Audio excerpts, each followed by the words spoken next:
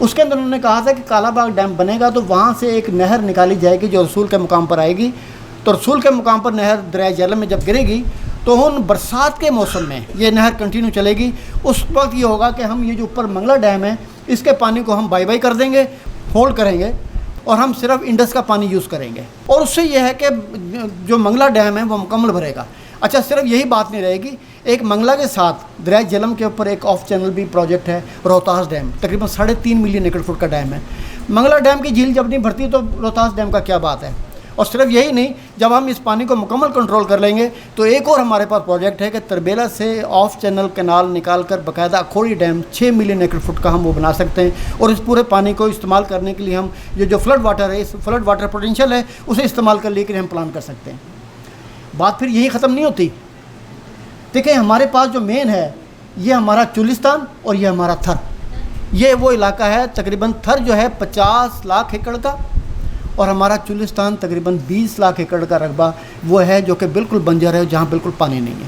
50 لاکھ ایکڑ اور 20 لاکھ ایکڑ. اصل پانی یہاں چاہیے، ہم نے پانی یہاں پہنچانا ہے. پنجاب کو چھوڑ دیں، سندھ کو چھوڑ دیں، کسی کو بھی چھوڑ دیں. اس کے لیے چیز یہ ہے کہ جب یہ مکمل سسٹم ہو جائے گا تو آپ منگلا سے باقاعدہ مرالا آپ نہر بنا لیں گے، جو کہ باقاعدہ اس کا ڈیزائن بھی بنا ہوا ہے.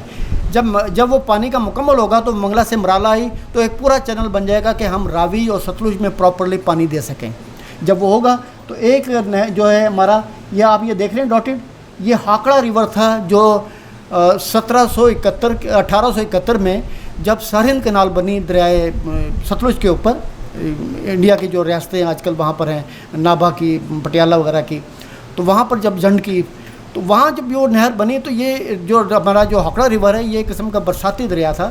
جب پانی دریا ستلج میں آتا تھا، اس کا پانی بہت زیادہ جب آتا تھا تو وہ پانی بھی ہاکڑا میں داخل ہوتا تھا، کچھ بارشی پانی، اور یہ دریا ہاکڑا چل پڑتا تھا. یہ اگر پانی کو ہم پراپرلی ہیڈ سلیمان کی تک اور ان تک پہنچا دیں گے تو یہ ہمارا راوی کا ریور بھی پورا چلے گا صرف برسات کے موسم میں. مکمل ہم 20,000 سے 50,000 کیوسک لے سکتے ہیں. اسی طرح ستلج بھی چلے گا، اور یہاں سے پانی ہم اس مقام کے اوپر اگر ہم پہنچا دیں تو یہ آپ کا ہاکڑا ریور کے جو ہے نا تقریباً آپ کے 70 لاکھ ایکڑ رقبے کو ہم باقاعدہ اپنے اس سیٹ اپ میں لا سکتے ہیں، اور ہم پورا پانی جو ہے پاکستان کے ایک ایک گوشے میں پہنچانے کی پلاننگ کر سکتے ہیں. یہاں میں ایک بات یہ کر دوں کہ اگر کوئی بندہ بیمار ہو تو کیا ہم کسی اپنے ہمسائے سے پوچھیں گے اس سے کیا دوائی دینی ہے؟ کیا ہم کسی اور سے پوچھیں گے کیا دوائی دینی ہے؟ کیا انجینئر کے پاس جائیں گے؟ ہم ڈاکٹر کے پاس جائیں گے اور ڈاکٹر سے نسخہ لیں گے. اگر بچہ زیادہ بیمار ہے تو ہم کسی اسپیشلسٹ کے پاس جائیں گے. لیکن یہاں پر یہ ہے کہ اس کا فیصلہ انجینئر نہیں کرتے. یہ کس کا کام ہے؟ یہ وابڈا کا کام ہے، واٹر اینڈ ڈیولپمنٹ اتھارٹی کا کام ہے.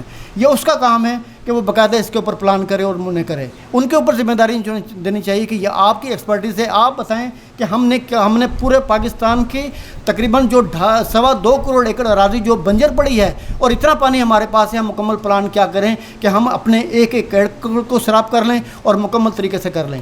تو بنیاد کہاں سے سٹارٹ ہوتی ہے آپ یہ خود دیکھ سکتے ہیں، مجھے بتانے کی ضرورت نہیں ہے. یہاں پر یہ 2 صورتحال ہیں، ایک ڈیزرٹ ہے، ایک فارسٹ ہے. ہم ڈیزرٹ کو فارسٹ میں بدل سکتے ہیں، لیکن ہم نے اگر کام نہ کیا تو پھر یاد کر لیں کہ ہمارے فارسٹ بھی ہمارے ڈیزرٹ میں بدل جائیں گے. اور پھر یہی بات نہیں، میں یہی کہتا ہوں کہ اپنی آنکھیں کھلی رکھیں اور ہم وہ فیصلہ کریں جو پاکستان کے حق میں ہو. پاکستان زندہ باد.